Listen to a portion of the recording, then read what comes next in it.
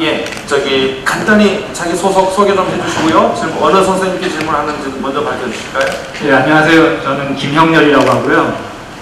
피스크래프트라는 이제 회사에서 보드게임을 만들고 있습니다. 그래서 이제 뭐 콘텐츠에 대해서 관심이 상당히 많은데요.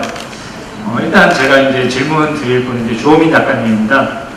지금 신과 함께라는 만화를 연재하고 계신데 저도 상당히 재밌게 보고 있거든요. 전작을 끝내고 신과 함께를 준비하시면서 이제 사실은 그거를 준비하시기 전에 다양한 어떤 주제들을 많이 검토해 보셨을 텐데 신과 함께라는 어떤 그런 주제를 정하게 된 그 어떤 이유가 있었을 것 같은 것이 있습니다. 네. 제가 원래는 그 소재를 주변에서 주로 찾는데요. 제 군대 생활 경험이나 제가 취업 준비생들, 주변 친구들의 모습들을 그리다가 자꾸 이제 주변에서만 소재를 찾다 보니까 좀 작가로서 정체되는 느낌이 있어서 새로운 소재를 찾다가 결국 한국 신화를 보게 됐거든요. 처음에 이제 무속에 관심이 있어서 그쪽을 좀 취재를 하다가 취재의 어려움을 느껴서 그 무당들이 모시는 신 쪽으로 관심이 옮겨졌어요. 그렇게 해서 한국 신화를 접하게 되었는데 굉장히 극적인 요소가 많고 또 그리스 로마 신화보다 더 재미있는 캐릭터들도 많고 또 굉장히 친근감이 드는 신들이었기 때문에, 왜냐하면 그리스 로마 신들도 굉장히 인간적이지만 친하게 지내고 싶다는 느낌은 별로 없거든요. 근데 굉장히 실수도 많고 뭔가 그런 인간적인 모습들에 끌려서 이거를 누가 하기 전에 빨리 좀 해야겠다 싶어서 그리게 되었습니다. 답변 감사합니다. 예, 고맙습니다. 자, 또 다른 질문 해주실 분, 예, 저쪽 끝에 안경 쓰신 남자분이신데요. 네, 안녕하세요. 저는 이기호라고 하고요. 시각디자인 전공한 대학생이면서 아마추어 만화가입니다. 예. 하지만 제 질문은 그랑의 조여영 실장님께 하려고 하고요. 제가 이게 작품들을 재밌게 봤는데요. 개인적으로 민화에 좀 이렇게 관심이 있고 보는 걸 좋아하는 편이라 거부감이 저는 사실 별로 없었는데 약간 굉장히 민화적이라는 느낌이 들었어요. 그리고 약간 원색적이거나 형광 느낌이 드는 컬러가 많이 보였는데 소비자들 분들이 오히려 좀 부담스러워하는 건 없었는지 좀 궁금합니다. 예, 조혜연 기자님. 네, 좋은 질문 해주셔서 감사하고요. 처음에 저희도 이제 시행착오를 많이 겪었습니다. 그래서 이제 상품마다 다 대박을 쳤으면 저희를 다 아시겠죠, 이미. 근데 제가 이제 시간 할애를 그랑을 소개하는데 애쓰고 여기 다 유명하신 분인데 저희는 이제 반대적으로 모르시는 분들이 많으실 거예요. 근데 이제 저희는 문화상품이라는 커다란 뭐랄까 방패 혹은 커다란 약간은 디테일이 떨어져도 괜찮은 어떤 그런 문화라는 방패막이 있어서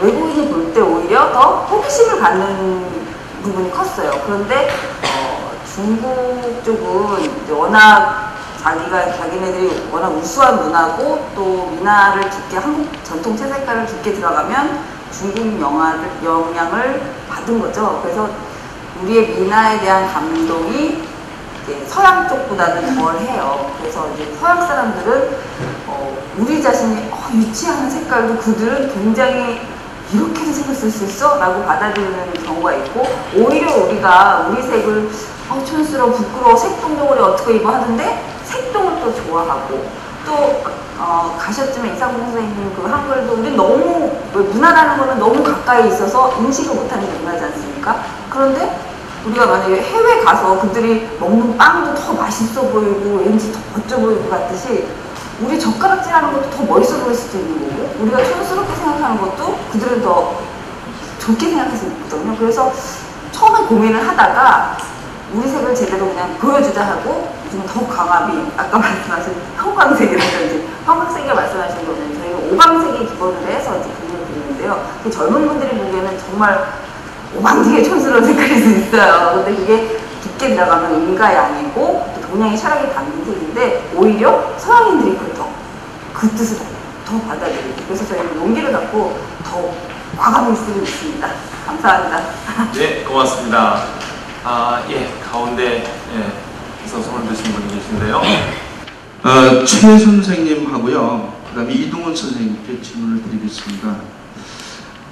제가 정부하고 그 인천공항에서 오르는 곳에 한 8만 평 정도 땅을 지금 확보를 해서 5만 평 규모로 K-POP 공연장을 추진하고 있습니다. 그리고 한류문화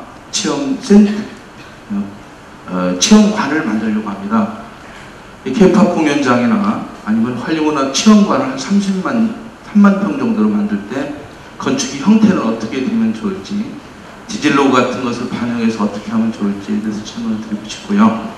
또 한 가지는 오늘 제가 그 민화를 보고 상당히 감동을 받았습니다. 44년 전에 제가 대한항공 모닝칸 편집장을 했던 사람입니다. 그때 민화를 쭉 소개를 했었습니다. 지금은 그 잡지는 그 어느 잡지사에서 엘르라는 데서 편집을 대행하고 있는데 뭘 말씀을 드리고 싶으냐면 지금 그렇게만 갖고 돈벌이가 잘 안 되거든요. 그래서 한 민화를 모티브로 해서 인천공항에 들어오는 30개 항공사나 면세점 이런 곳에서 우리 소위 면세품을 만들어서 팔면 참 좋겠다는 생각을 합니다. 그래서 넥타이나 스카프 이런 우리 한글이나 한국의 상품을 가지고 모티브해서 큰 돈을 벌 수 있는 기회가 참 많을 텐데, 참고로 제가 롯데월드 프로젝트 실장을 했는데 89년 오픈할 때 입장 수입은 750억밖에 안 되는데 면세점 판매 수익이 1,300억이었습니다. 그래서 우리가 돈을 벌 수 있는 것으로서 민화가 좋은 소재가 될 것 같은데, 넥타이나 스카프 남들이 많이 쓰는 거 이런 것들을 개발한다면 어떤 방법을 하면 좋을지 의견을 주시면 감사하겠습니다. 감사합니다. 예, 모두 세 분께 질문을 드렸는데요. 아주 구체적인 질문을 해주셨는데 이거는 상담료를 받으셔야 되는 거 아닌가요? 자, 오늘 이제 원형적인 것의 활용반을 생각하는 시간이니까요. 첫 번째 질문은 이제 두 분께 동시에 드렸는데, 한류 공연장을 만약에 만든다면 어떤 방식을, 또 디자인 쪽, 건축 디자인 쪽으로, 또 그 다음에 공연장의 요즘의 방식대로의 그 의견을 여쭤보셨고, 조여연 실장께는 이제 아주 구체적인 그 장사 방법까지 있는데요. 요즘 이미 잘 벌고 계세요? 예. 자, 그러면은 저기 최욱 대표부터 답변 좀 간단히 좀 요약해서 해주시죠. 선생님 질문에 대한 답변은 살짝 피해서 말씀드릴게요. 직접적으로 제가 말씀드릴 수 있는 부분은 아닐 것 같고, 아까 그 개떡 이야기 나왔잖아요. 그 임진왜란 끝나고 개떡 이후에 그 굉장히 중요한 시점일 것 같아요. 우리나라 그 미학이 만들어지는 게. 임진왜란 끝나고 나서 우리나라 한 그 산하가 아까 만화책에서 느껴보였지만 그 도시가 한 70% 이상이 불이 탔어요. 그래서 우리가 그 임진왜란 전 단계의 원형으로 돌아가는데 100년 걸렸어요. 그러면 이 100년이라는 시간 동안에 장인들은 대부분 이렇게 그 일이 없기 때문에 많이 사라졌거든요. 대신에 우리나라가 유교사회였기 때문에 두 가지가 남았어요. 하나는 유교사회였기 때문에 선비들의 어떻게 보면은 태도, 정신, 소위 미학이 남았고, 이 미학이랑 장인들이 사라진 세계에서의 그 솜씨보다는, 혹은 솜씨죠. 그러니까 그 테크닉보다는 솜씨가 남았고 마음의 미학이 남았는데, 선비의 컨셉이랑 그 테크닉이 아닌 솜씨가 남아서 만드는 미학이 영조 정조 시대 때 어마어마한 미학으로 발달했고, 이것이 한국의 어떻게 보면 굉장히 중요한 가치라고 저는 생각을 하고 있거든요. 아마도 제가 만약에 어떤 프로젝트를 하든지 그 DNA를 이어나가려고 노력을 할 것 같아요. 예. 그다음에요, 우리 이동훈 이사님. 네. 저도 그 원칙적인 입장에서 한 세 가지 정도 의견을 드릴 수 있을 것 같은데요.